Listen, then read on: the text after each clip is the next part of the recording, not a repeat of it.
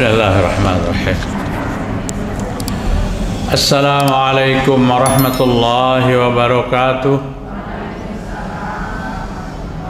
Alhamdulillahi rabbil alamin. Wabihi nasta'in ala umurid dunya waddin. Ashhadu an la ilaha illallah al-malikul haqqul mubin. Wa ashhadu anna Muhammadan abduhu wa rasuluhu as-sadiqul wa'dil amin. Ya ayyuhalladzina amanu ittaqullaha haqqa tuqatih wa la tamutunna illa wa antum muslimun. Amma ba'd. Ibu yang ada di belakang bisa maju. Karena miring ke belakang masjid kita. Di sini kosong nih barisan depan.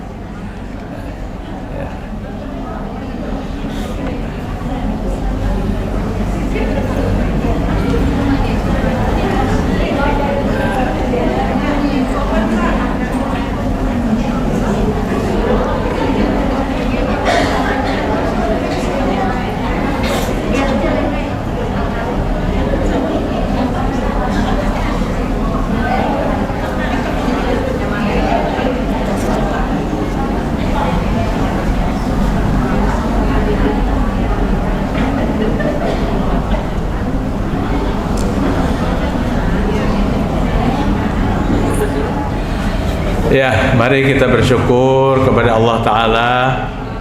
Pada pagi hari ini Allah telah memberikan hidayah lawan kita seberataan. Di Masjid Mujahidin ini kita berkumpul kembali bersama pada kajian rutin yang dilaksanakan tiap pagi Senin, pagi Selasa, pagi Arba, pagi Kamis, pagi Jumat, bahkan pagi Sabtu ada kajian pian di mana-mana, tinggal menyiapkan dirinya aja lagi mendatangi. Pada hari ini kalau ingin menyampaikan satu ungkapan yang sangat indah sekali dari Ibnu Qayyim Al-Jauziyah fil Fawaid, dalam kitabnya Al-Fawaid. Beliau menyampaikan asyaratu adamul faidah, ada 10 macam, ya, ada 10 macam yang kada ada manfaatnya sama sekali. Ujar sidin layan fa'u binafsihi yaumul qiyamah, maksud kada ada manfaat tuh pada hari pembalasan nanti kada ada manfaatnya. Maka kita pasti tidak mau apa yang kita lakukan di dunia itu bermanfaat di dunia dan bermanfaat di akhirat. Maka Ibnu Qayyim rahimahullah memadahi hindari 10 macam ini, karena nang 10 macam ini kadada bermanfaat di akhirat. Kadada bermanfaat di akhirat. Artinya mungkin menyusahkan kita di sana. Maka kesusahan di akhirat tuh kada kau mengetuk rumah tetangga karena kada ada rumah apa-apa lagi. Kalau di dunia ada kesusahan, ada apa, mengetuk tetangga, minta tolong, berdiskusi, konsultasi. Kalau di akhirat, di yaumil qiyamah, kada ada lagi.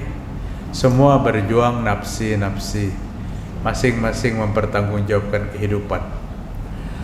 Maka hindari 10 macam, kata beliau. 10 macam ini kada ada manfaatnya. Apa yang kada bermanfaat? Yang pertama, ilmun la ya'mal bih, ilmu yang kada pernah diamalkan. Ilmu yang kada pernah diamalkan itu kada ada manfaatnya. Kasyajari bila samarin, dalam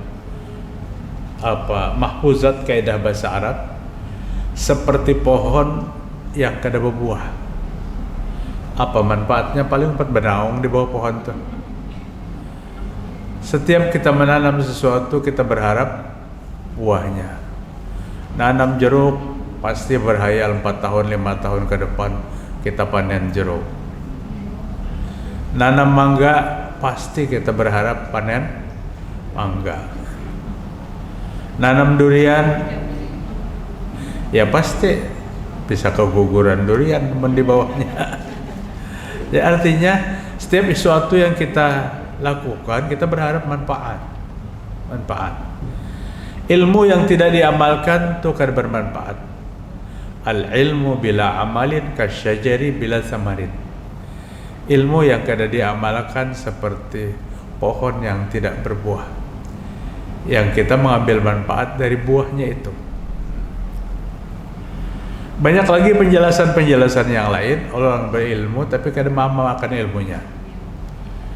Yang lebih dahsyat itu ada siksa yang khusus kepada orang yang berilmu yang tidak mengamalkan ilmunya pada hari kiamat. Yuja'ur rajul yaumal qiyamah finnar. Telah didatangkan seorang laki-laki pada hari kiamat di neraka. Fatandaliku, maka dia dilemparkan ke dalam neraka sehingga terburailah isi perutnya, hancur pecah perutnya, tahambur, usus-usus dan sebagainya.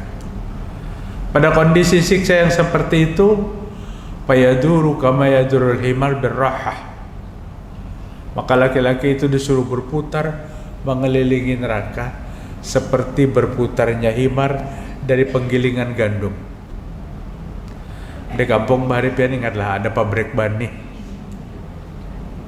Nah, pasti ingat pabrik bani itu sampai kau ini. Tapi tahulah pian sebelum ada pabrik bani itu orang tak dapat baras tuh ya pak. Hah?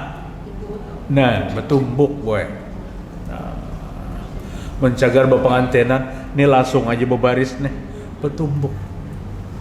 Betumbuk, barasnya murni apabila betumbuk tuh. Nah, gandum itu digiling dengan apa? Dengan penggerak, bukan mesin tapi himar. Himar tuh kayak kuda, ya umpamanya kayak kerbau, kayak orang mengarap sawah, kerbau diikat mesinnya penggeraknya.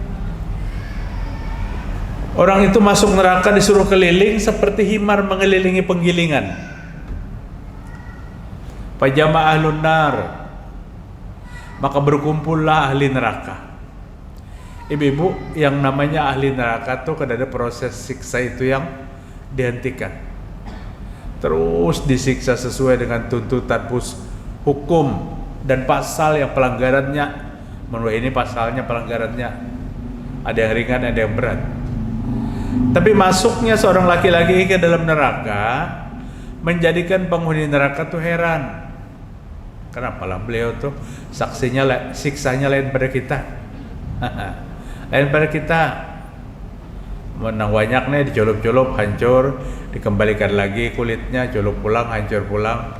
Ada itu dilemparkan dari jauh sehingga terburailah isi perutnya, kemudian disuruh mengelilingi neraka.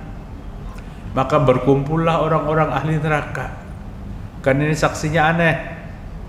Fayakulun, masya'nuk, penduduk neraka bertakun, oh beliau, orang pian hanya datang nih, apa gerang orang pian gawe kayak ini siksa pian belain pada kami. Nah, siksa pian belain pada kami.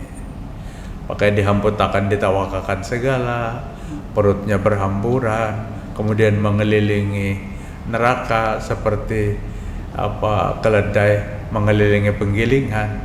Apa nang pian gawi?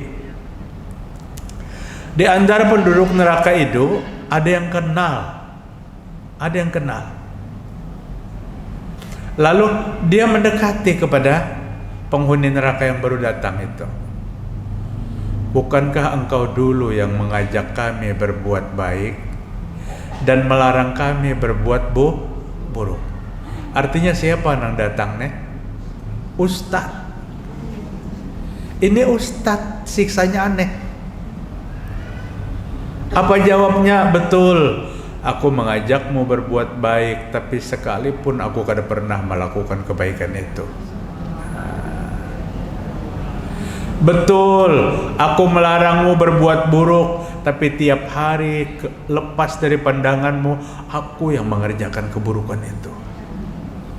Orang lain dilarang, inya menggawi.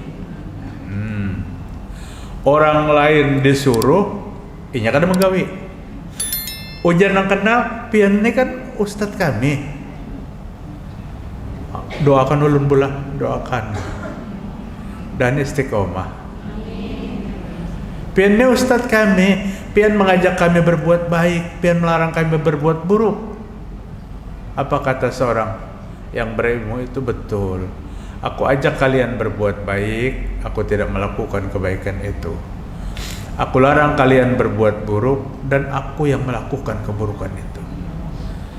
Antara pembicaraan dengan pekerjaan bertolak belakang. Kabura maqtan indallahi an taqulu ma la taf'alun.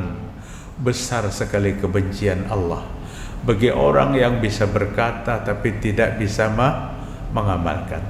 Kan poin kita apa tadi? Ilmu yang kada diamalkan. Ilmu yang kada diamalkan itu kada ada manfaat kaina hari kiamat. Tapi ilmu yang diamalkan sekalipun sedikit, berangsur-angsur, nengaran amal tu perlu kegigihan, pengorbanan. Kadang-kadang langsung tuntung puasa langsung hari ini, kemudian sholat malam semalaman malam ini, Al-Quran hatamakan hari ini, insya Allah 2-3 bulan kada lagi. Maka Nabi Muhammad SAW katakan apa? Ahabbul a'mal ilallah adwamuha wa itqah. Amal yang dicintai Allah itu rutin melaksanakan sekalipun sedikit. Sedikit amalnya tapi rutin. Kada banyak sehari nang dibaca Al-Quran tu 25 ayat.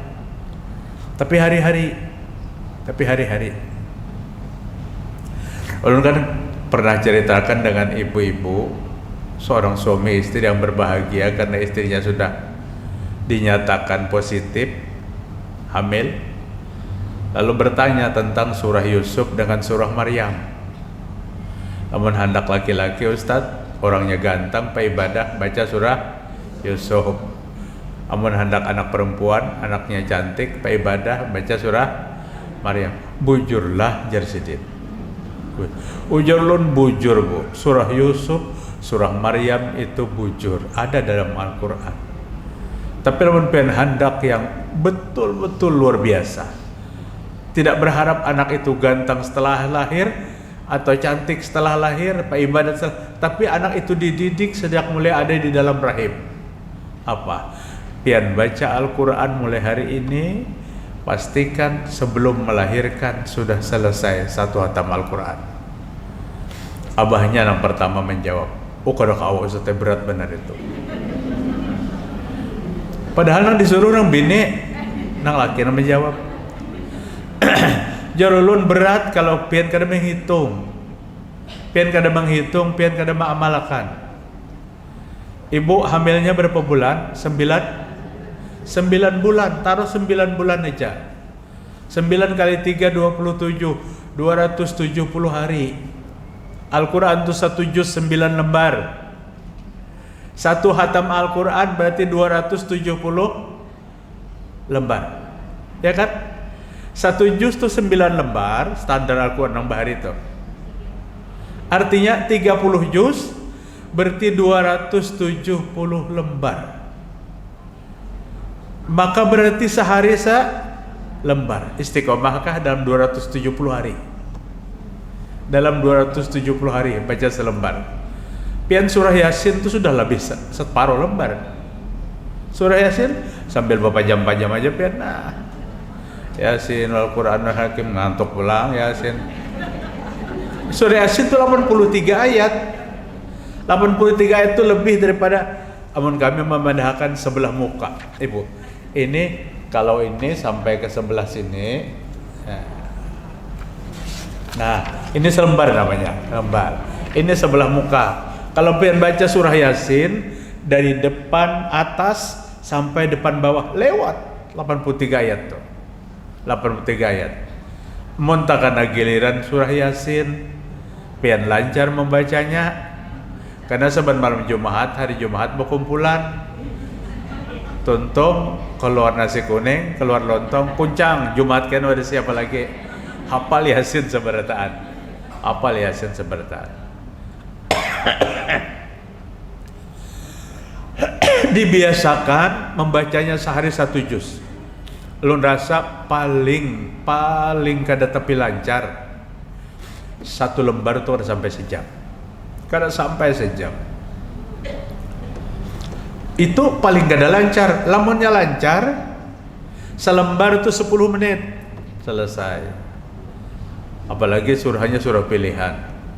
Alhamdulillahilladzi anzala ala 'abdihil kitaba wa lam yaj'al lahu iwaja. Surah apa itu? Al-Kahfi malam Jumat. Yasin wal Qur'anil hakim nakal minal mursalin. Yasinan malam Jumat juga.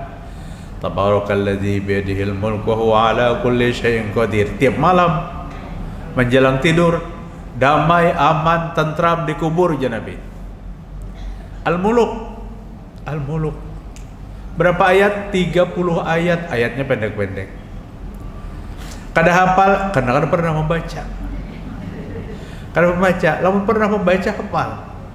Nah, jadi ilmu apapun yang didapatkan, niat yang pertama adalah mengamalkan. Itu. Ini kita sebertaan berniat, mudahan yang didapat ini kau mengamalkan. Sehingga doanya Allahumma inni as'aluka ilman nafi'a wa amalan wa rizqan halalan thayyiban. Dunia akhirat doanya, ya Allah berikan hamba ilmu yang bermanfaat. Kemudian yang kedua ilmu yang bermanfaat, yang kedua ilman nafi'a. Apalagi tadi ingat lagi, rizki yang luas dan halal. Allahumma inna as'aluka ilman nafi'a wa rizqan halalan thayyiban wa amalan mutaqabbala. Wa amalan mutaqab ya ada kanakan takop tuh. Mutaqabbala. Amalan mutaqabbala, amal yang diterima artinya. Amal yang diterima itu dilaksanakan amal yang dilandasi dengan ilmu pengetahuan. Ingin ilmu yang kita dapatkan, maka kita amalkan. Mengamalkan ilmu menambah keberkahan ilmu yang kita miliki. Menambah keberkahan ilmu, kepahaman kepada ilmu. Apabila ilmu yang didapat kada diamalkan, mandek ilmu itu, mogok ilmu itu. Maka yang paling bermanfaat, belajarlah ilmu yang banyak dan amalkan. Membaca dijelaskan dalam satu majelis. Wa minal laili fatahajjar bihi nafilatan lak asa an yab'atsaka rabbuka maqaman mahmuda. Dijelaskan oleh ustadznya. Dan apabila malam tiba, fatahajjat bih, maka lakukan salat tahajud nafilatan lak. Salat tahajud itu nafilah. Nafilah itu artinya salat sunnah, bukan salat wajib. Asa ayyab'atsaka rabbuka maqaman mahmuda. Jika sampean berataan salat tahajud, karena hari kiamat Allah angkat ke tempat yang tertinggi di surga. Oh, kada gampang-gampang salat tahajud. Berniat mulai malam ini hendak salat tahajud, berarti pian mengamalkan akan ilmunya. Pian setel alarm, takutan kada terbangun. Satu HP di sebelah kiri, mereknya Samsung. Yang kedua di sebelah kanan, mereknya apa?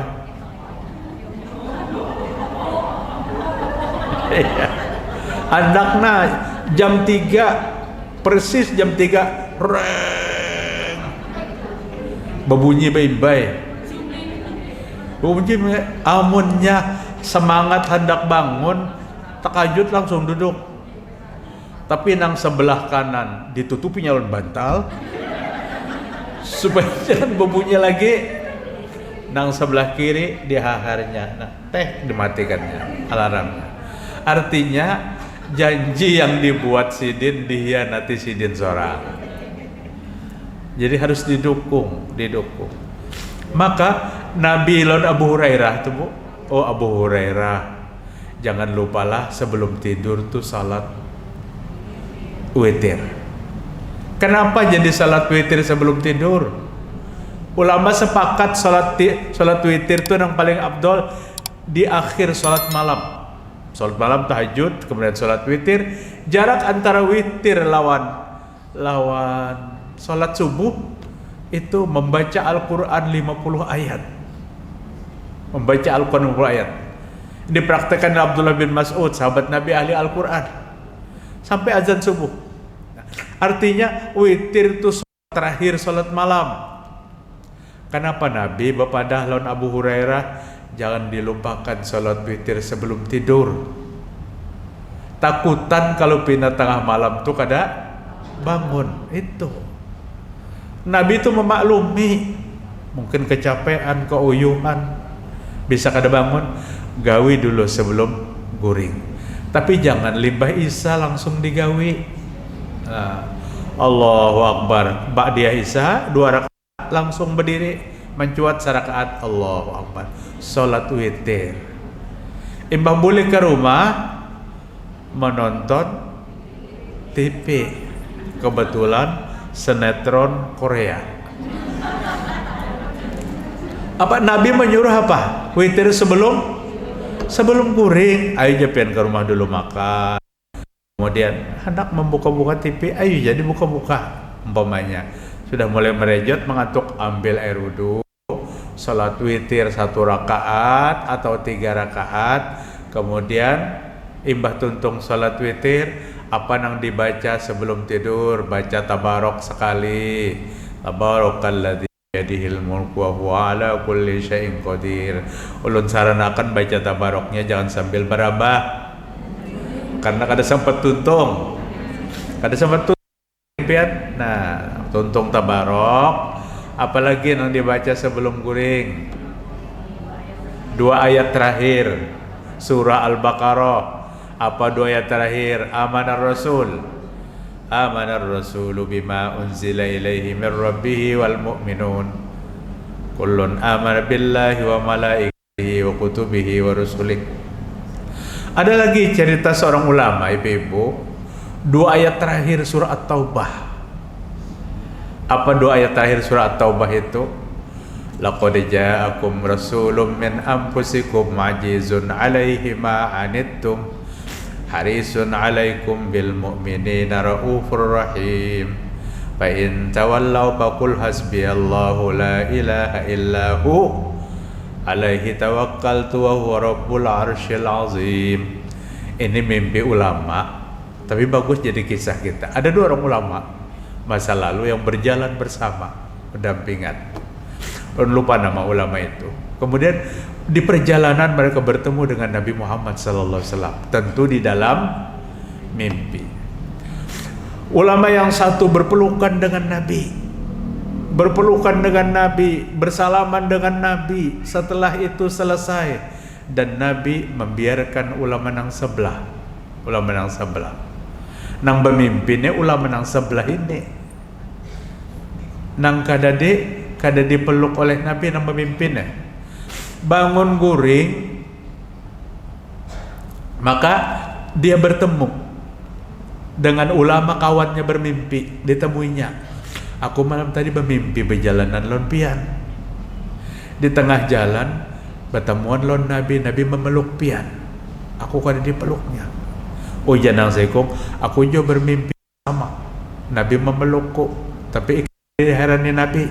Nah, hujan nang kadeheranin apa garang nang pian amalakan. Nah, lalu ujar sidin, aku tidak meninggalkan sebelum tidur. Laqad ja'akum rasulun min anfusikum azizun 'alaihi ma 'anittum harisun 'alaikum bil mu'minina raufur rahim. 160 berapa? Tahu surah At-Taubah telah 168 kalau ada salah. 128 ya. Kemudian penutup 129, fa in tawallaw faqul hasbiyallahu la ilaha illahu. Ini nyaman aja urusan 2 ayat nyaman. Tapi giliran AKP ya nang baisilah duduk bujur-bujur karena 110 ayat. Baguslah ini diamalkan, bagus kan di Al-Qur'an. Terlepas dari cerita itu benar atau kada, kan itu bukan hadis, tapi ini Al-Qur'an. Apalagi ceritanya tuh bagus, ibu-ibu. Ayat ini kan populer. Laqad ja'akum, apalagi bulan Maulid, rasulun min anfusikum. Sesungguhnya telah datang seorang rasul sebangsa kamu. Apa bangsa kamu? Nabi itu manusia. Kenapa jadi dingarani manusia? Karena anak seorang manusia. Nabi anak Abdullah, anak Abdul Muttalib, anak Hashim, anak Abdul Manaf, anak Qusay, anak Kilab. Tuan Nabi nomor 7. Di sini bertemu dua keluarga Nabi, ayah dan ibu. Dari pedatuan yang ke-7 bertemu keluarganya Aminah dan keluarganya Abdullah di situ. Artinya Nabi menikah dalam satu rumpun. Dalam satu rumpun. Dari Kilab turun sampai ke Nabi Muhammad SAW. Dari Kilab turun sampai ke Aminah sampai ke Nabi Muhammad SAW. Artinya Nabi manusia, tapi Nabi beda manusianya. Lamun kemanusiaan sama lawan kita. Nabi makan, apabila tidak makan Nabi terasa lapar. Nabi haus, kemudian Nabi minum. Nabi bisa tidur, Nabi bisa tidak tidur. Itu sama kemanusiaannya. Nabi punya istri, Nabi punya anak. Tapi bedanya yuha. Nabi diberikan wahyu. Kita adalah yang diberikan wahyu. Kadada paling anak laki-laki ngarannya wahyu, bujur itu saling ganalan wahyunya umpamanya Allah memberikan. Tapi wahyu yang dimaksud ayat-ayat Al-Quran, lembaran-lembaran suci yang Allah tanamkan dalam benak kita, dalam hati kita. Itu wahyu Allah Ta'ala. Wahyu ini pertama turunnya kepada Nabi Muhammad sallallahu alaihi wasallam, 6.326 ayat, 114 surah, 1.027 huruf, 30 juz. Jadi turun kepada Nabi sallallahu alaihi wasallam. Satu huruf pun kadada Al-Qur'an turun kecuali kepada Nabi. Kepada Nabi kita. Ini kemuliaannya Nabi. Sehingga di waktu Aisyah radhiyallahu anha ditanya, wahai Aisyah bini Nabi, sampai tahu akhlak Nabi itu kayak apa? Maka Aisyah singkat menjelaskan, khuluquhul Quran.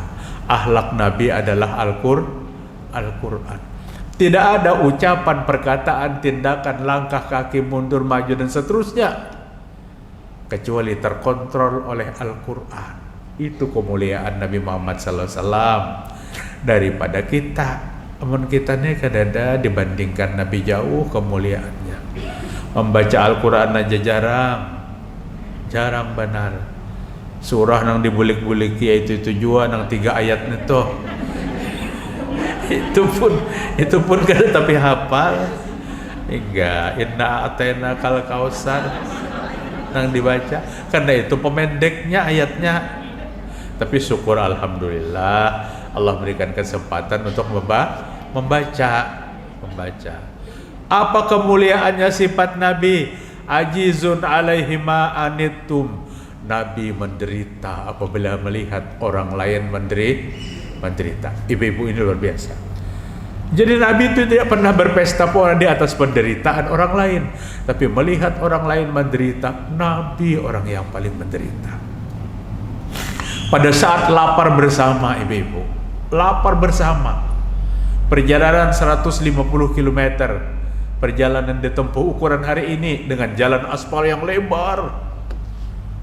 Jalan Makkah itu lebar benar luar biasa, 10 bis beimbe. Kadang kayak jalan kita, yang di sini sudah karas, di sana sudah karas pada hulu jalanannya. Kalau Nabi dulu berbatu, naik turun naik gunung, 150 kilo perjalanannya sampai Wadi Qudet. Abu Bakar, Nabi kelaparan, habis bahan makanan. Melihat Nabi dan Abu Bakar pina lemas, kelaparan, maka ada seorang laki-laki, Ibnu Uraishin namanya, belum Islam waktu itu, tapi setelah masuk Islam, menawarkan di situ ada tenda, ditunggu oleh 2 orang suami istri yang tua-tua. biasanya gratis, makan gratis, minum gratis. Jadi mulai bahari nang ada makan gratis, minum gratis tuh. Amun wehine orang nang berduit, bahari orang nang pas-pasan gin menggratiskan. Lalu Nabi datang ke situ, ternyata nang digratiskan tuh habis. Banyunya habis, makanannya habis. Ya selesai, kan ada nang dimakan-makan. Tapi si nenek tua yang bernama Ummu Ma'bad Al-Huzaiyah, Atikah namanya, kasihan melihat Nabi berdua nih. Tuh potong kambingku yang ada di belakang tenda itu, tapi kambing kurus. Potong, kemudian dibakar atau dimasak, makan oleh kalian sampai kalian kenyang. Begitu Nabi menengok ke belakang tenda, kada purun nak memotong. Kurus benar kambingnya. Kurus benar kambingnya. Umpama dipotong juga apa nang dimakan-makan, tulangnya aja dilumpuh-lumpuh umpamanya kan Pak. Kemudian Nabi berpikir, oh ada Allah yang bisa memberikan sesuatu pada saat kita dalam kondisi tidak memiliki apa-apa. Maka Nabi tawarkan, oh Ummu Ma'bad, pian mengizinkanlah lamun ulun memeras susu kambing pian itu.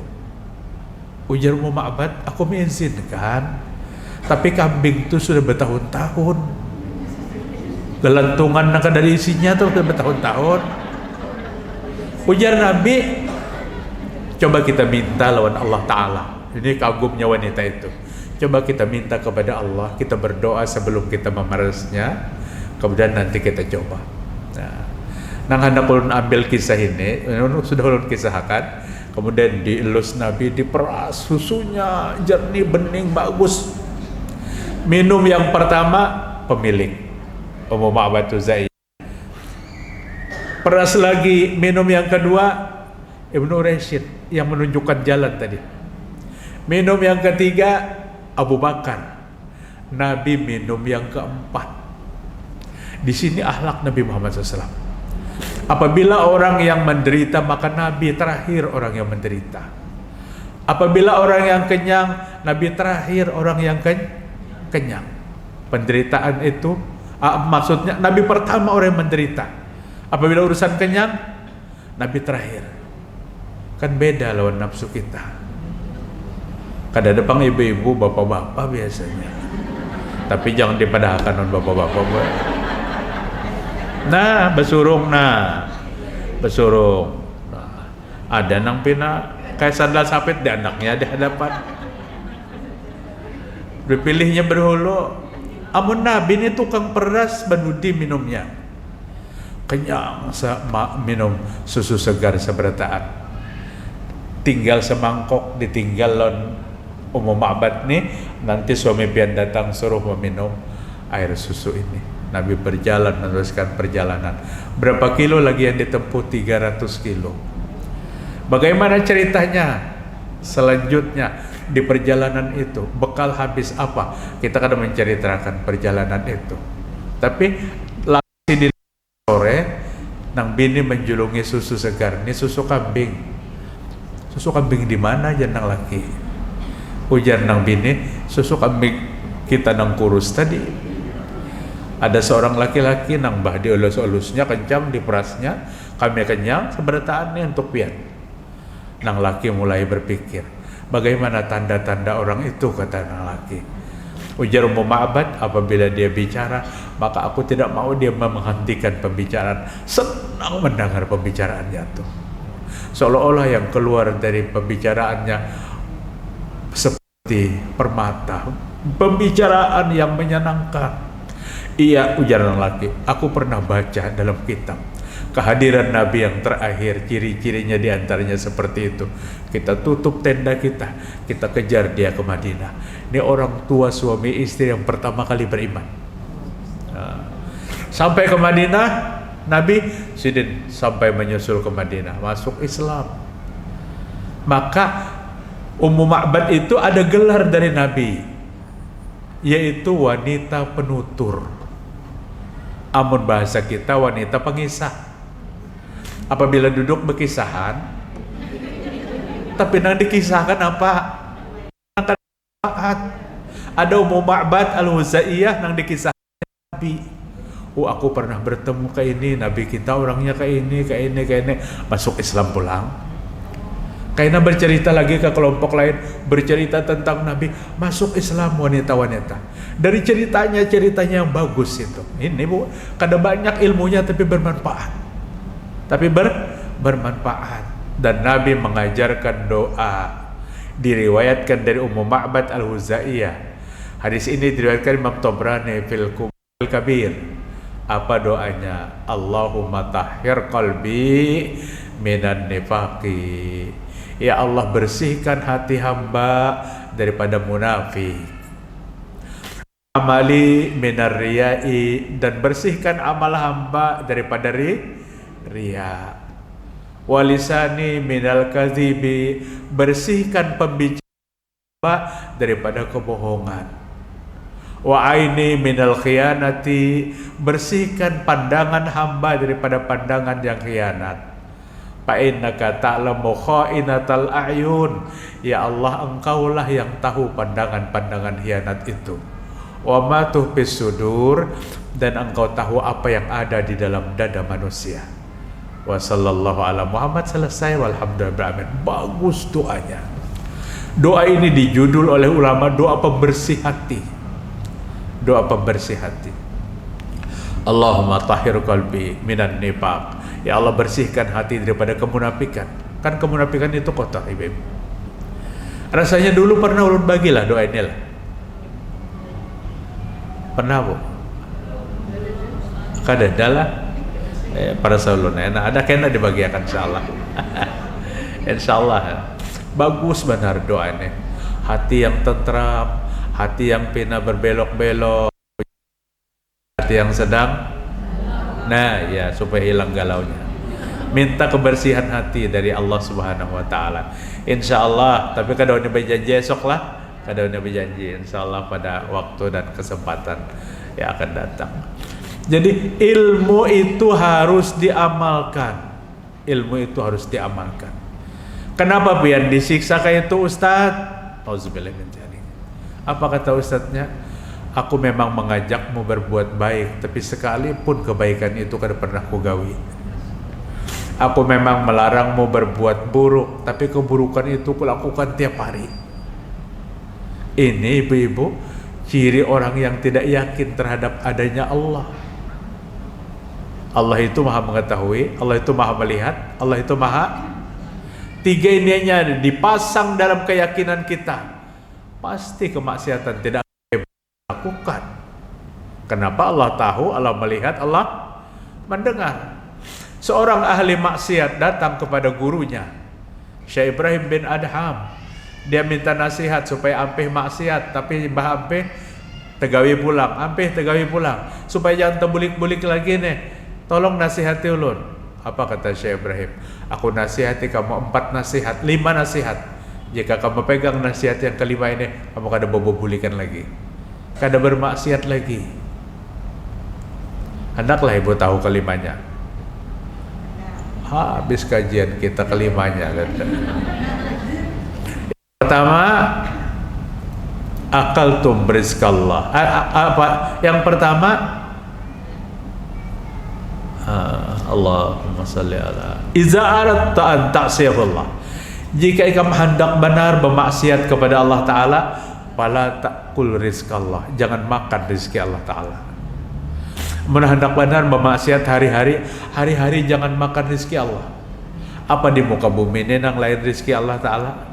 Kada ada. Setetes air yang masuk ke tenggorokan kita harus diawali dengan basmalah dan ditutup dengan halham, karena itu rezeki Allah Ta'ala.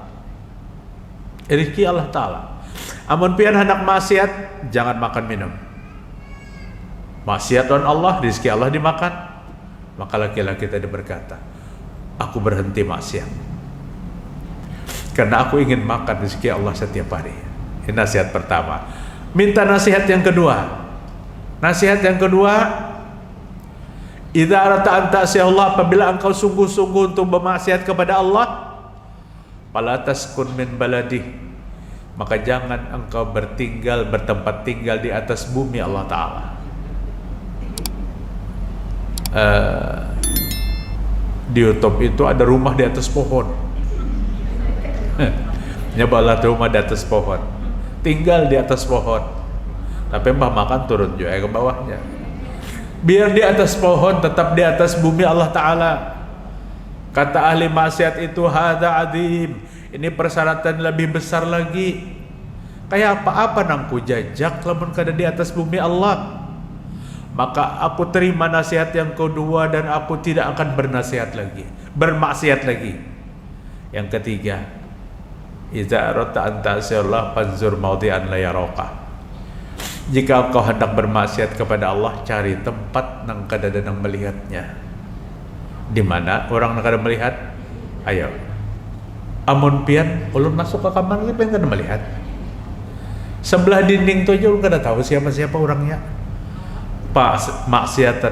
Penglihatan manusia terbatas, tapi penglihatan Allah tidak terbatas.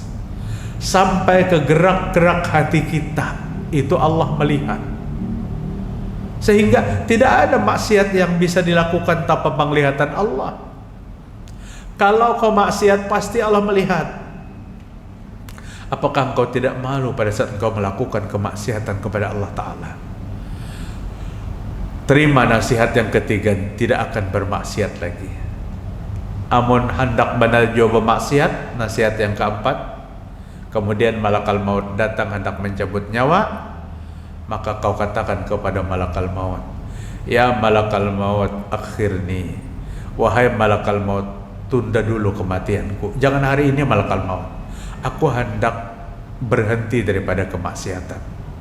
Ini sedang maksiat, datang malakal maut, minta tunda lawan malakal maut, kan usah 2-3 bulan, 2-3 hari aja. Hendak ampih dari kemaksiatan. Mampukah? Tidak, Syekh kata ahli maksiat. Kada mampu aku minta tunda seperti itu, karena malakal maut pasti kada mau menunda. Kenapa jadi malakal maut kada mau menunda? Surat keputusan eksekusi sudah keluar. Apa surat keputusan eksekusinya? Idza jaa ajaluhum la yastakhiruna sa'atan wa la yastaqdimun. Bila ajalnya telah tiba, kada bisa maju dan kada bisa mundur. Ini mundur setumat, kada bisa. Dia mati-mati juga, majukan kada bisa juga. Artinya malaikat maut akan mencabut sesuai dengan sampainya waktu kematian. Siapa aja, kada ada dari nabi-nabi yang terdahulu adalah nang kada mati sampai hari ini, kada ada. Jadi ibu-ibu, kadang-kadang kita jangan terkecoh oleh cerita-cerita yang mirip dengan si kancil anak nakal menceritakan di waktu cucu hendak guring. Ada seorang santri Syekh Abdul Qadir Jailani yang suaminya meninggal, maka dia baru kawin. Dia menangis-nangis kepada Syekh Abdul Qadir. Syekh Abdul Qadir merasa kasihan dengan istrinya yang menangis-nangis itu karena lakinya mati. Ujar Syekh Abdul Qadir, stop, jangan menangis. Aku akan cari hari ini dulu di mana malakal maut berada. Oh mantap, kalau Nabi Muhammad aja kada kau gawe kayak itu. Di mana malakal maut? Akhirnya dia kejar ke sana, kejar ke udara, kayak kejar ke barat, ke timur, ketemu malakal maut antara langit dan bumi. Sudah membawa satu kantongan, di dalam kantongan itu penuh dengan roh-roh orang yang dicabut di dunia. Dikejar oleh Syekh Abdul Qadir. Malakal maut, tunggu.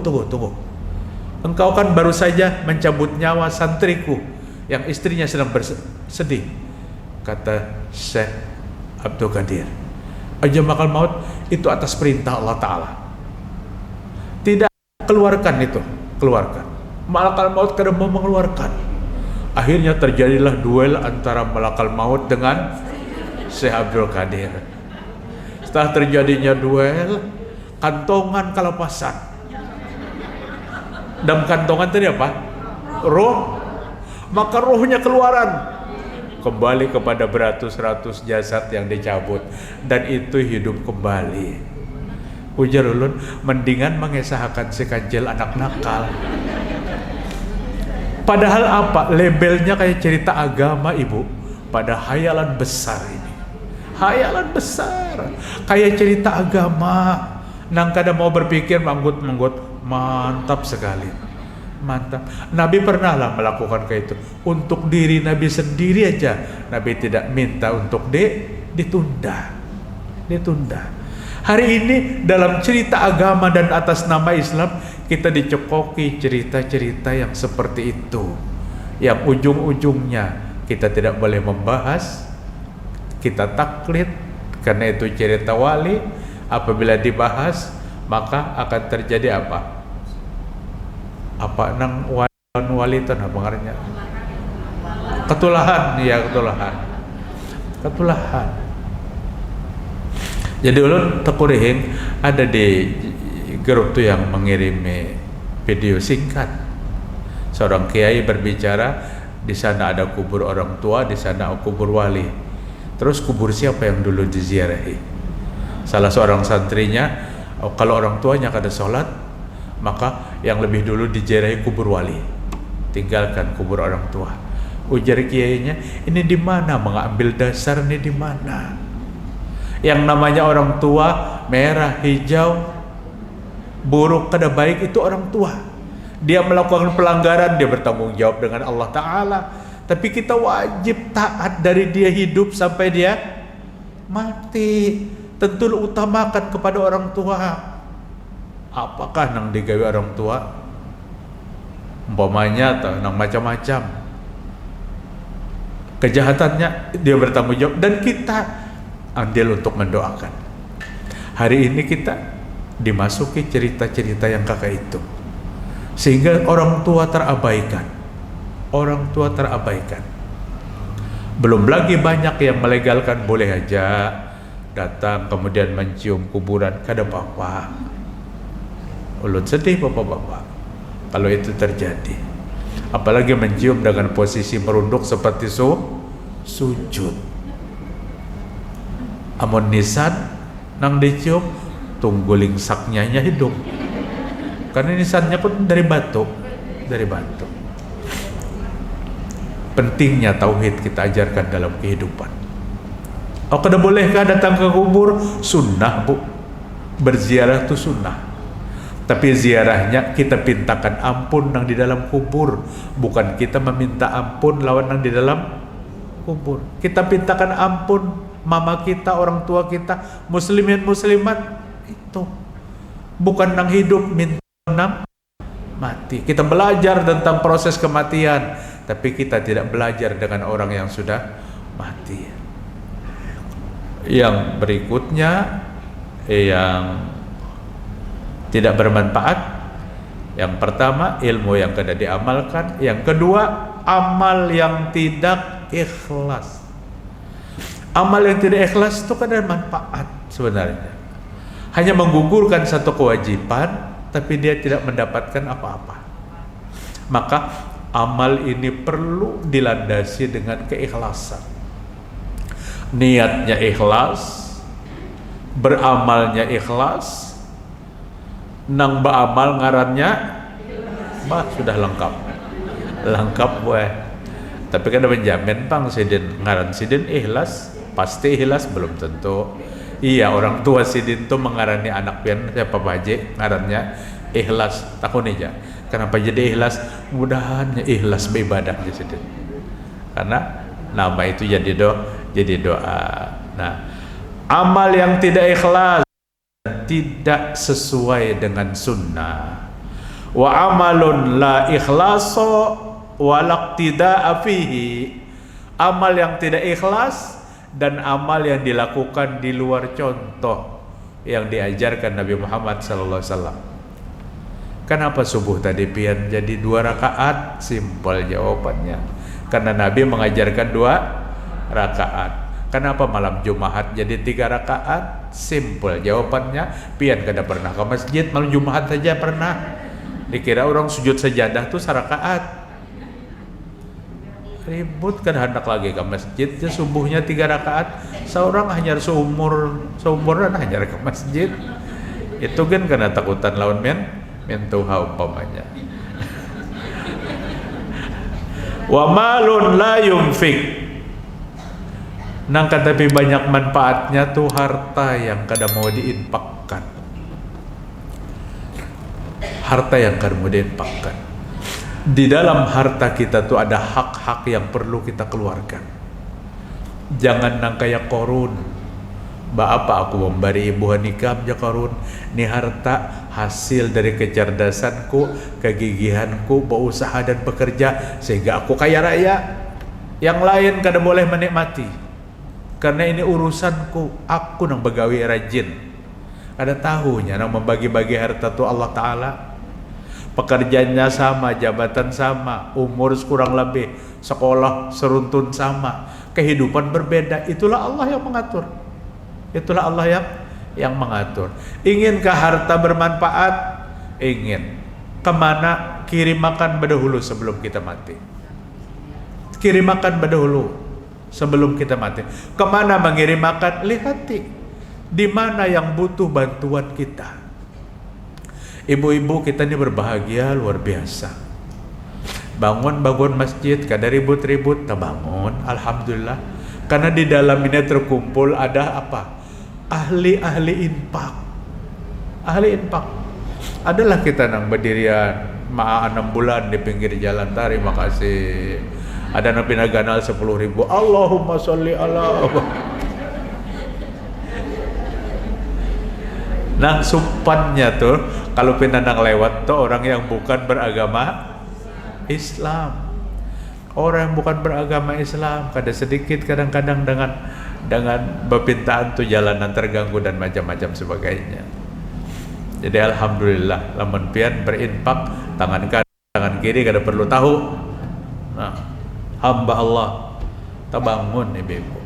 Titipkan berdahulu dan ini investasi. Investasi akhirat, investasi akhirat. Ulun rasa hari ini setiap masjid perlu uluran tangan kita. Mujahidin, peremajaan, mobil ambulan. Nah, di wadah kami Ar-Rahmah pembuatan parit dan halaman. Alhamdulillah. Di mana-mana ada keperluan.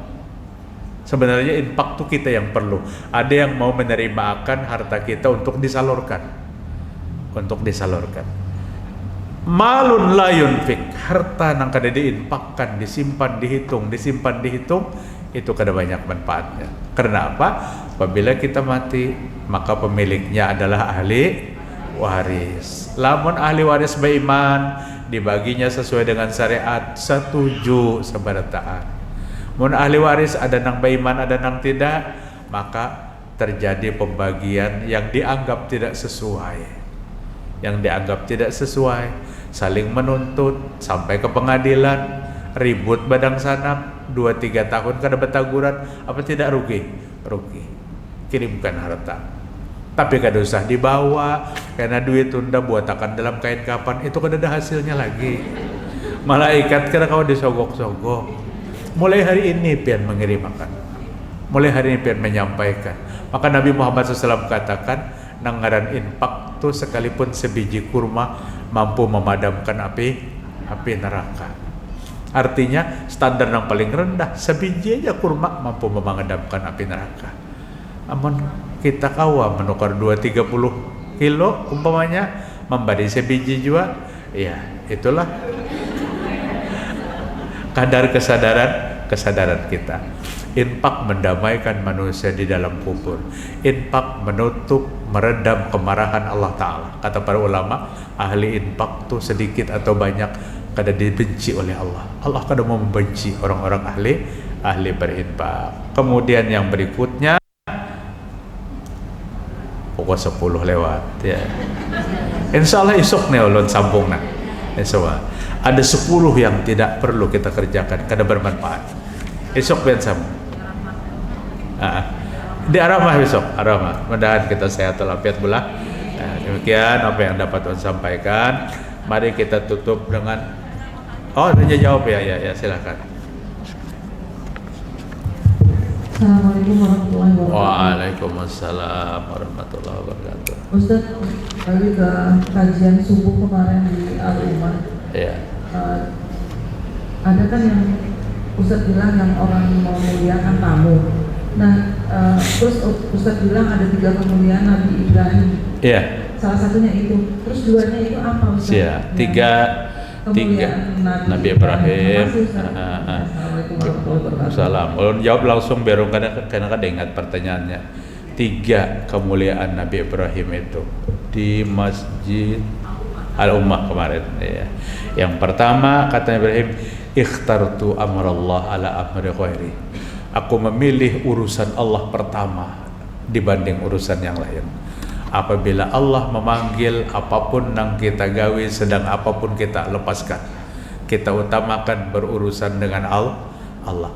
Urusan dengan Allah itu apa artinya? Ibadah. Satu. Nah, yang kedua kemuliaan Nabi Ibrahim itu wa mahtamamtu bima takaffalallahu li. Aku tidak pernah bersedih dengan sesuatu yang sudah Allah jamin untukku. Apa yang Allah jamin untuk kita? Ibu, rizki. Apabila masih hidup pasti ada rizki. Pasti ada rizkinya. Apabila sudah mati, ya kan ada lagi rizkinya. Artinya rizki Allah jamin. Wa ma min dabbatin fil ardi illa 'alallahi rizquha. Bagi yang melata di muka bumi itu rizkinya lawan Allah Ta'ala. Rizkinya lawan Allah Subhanahu wa Ta'ala. Jadi aku kadang pernah sedih dengan sesuatu yang sudah Allah jamin. Kita nang sedih itu, nang sedih urusan rezeki, bukan urusan surga neraka, urusan rezeki yang sedih kita. Di kampung, di Banjar kan, di kampung ulun ada bengon ayam, bengon itik, bengonan kambing. Amun kambing ayam tuh kada bulik sampai maghrib, suruh ke bawah rumahan orang nih mencari ada ayam kok kasasat sampai ke sini. Sedih banget, saya ikung aja kada ada sedih. Kada kau guring, nah ampunnya. Nah, tapi apabila anak jam 1, jam 2 kada bulik-bulik. Apa janang laki kenapa nih anak kita nih gadis kita kada bulik-bulik, hanya dewasa pintar aja. Kasihan cara berpikir kita ya, Ibu. Nah, yang ketiga Nabi Ibrahim itu senang memberi makan tamu. Bahkan apabila sidin hendak makan, tamu kada datang, maka Nabi Ibrahim memanggil tetangganya yang di kanan dan di kiri, yuk kita makan bersama. Umamu makan banyak Nabi Ibrahim woi. Panci kada bukukus lagi di rumah, umpat makan lot sidin aja. Apabila hendak makan, maka tamu dibawa. Saking senangnya memberi makan tamu Nabi Ibrahim itu, Ibu, apa? Pada satu hari datang tamu yang dia tidak mengenal. Tamu kada mengenal. Kemudian dia potongkan sapi muda, anak sapi, dimasak dengan masakan yang paling nikmat untuk tamu. Setelah disuguhkan, tamunya kada mau makan. Kada mau makan. Ternyata tamu itu siapa? Malaikat. Kada mau makan, malaikat. Kada mau makan. Jadi saking senangnya memberi makan tamu. Ada kita tuh memberi makan tamu kan tapi senang. Tapi memberi makan bubur habang, bubur putih, dibunjuk-bunjuk, senang. Itu memberi makan apa? Hantu yang diberi makan tuh. Jadi makan hantu ketujuh benar.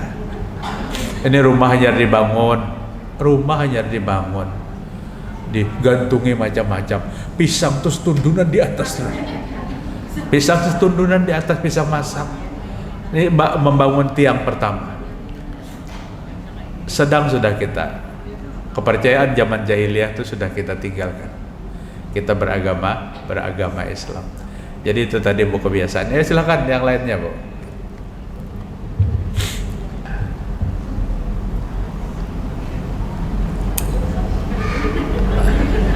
Ada kan? Ya alhamdulillah paham sudah. Ya ibu-ibu, demikian kajian kita hari ini. Insya Allah tema yang ada baru berapa tadi? 3, 10 macam. Kita akan sambung besok di Masjid Ar-Rahmah. Mudah-mudahan Allah meringankan kita untuk datang kepada majelis-majelis yang mulia ini. Kemudian kita tutup dengan doa kifarat majelis. Subhanakallahumma wa bihamdik Asyhadu an la ilaha illa anta astaghfiruka wa atubu ilaik. Wassalamualaikum warahmatullahi wabarakatuh.